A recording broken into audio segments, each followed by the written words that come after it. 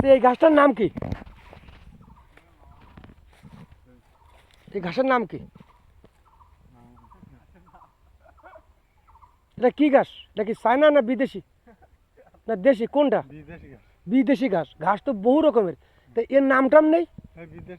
বিদেশি ঘাস। গরুর গায়ে মানে গরু তো খালি গরুর স্বাস্থ্য ভালো হয়।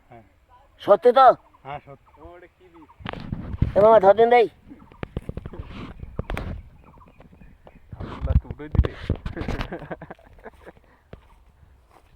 কাটবি নাকি রে? বলছি কি ভাই,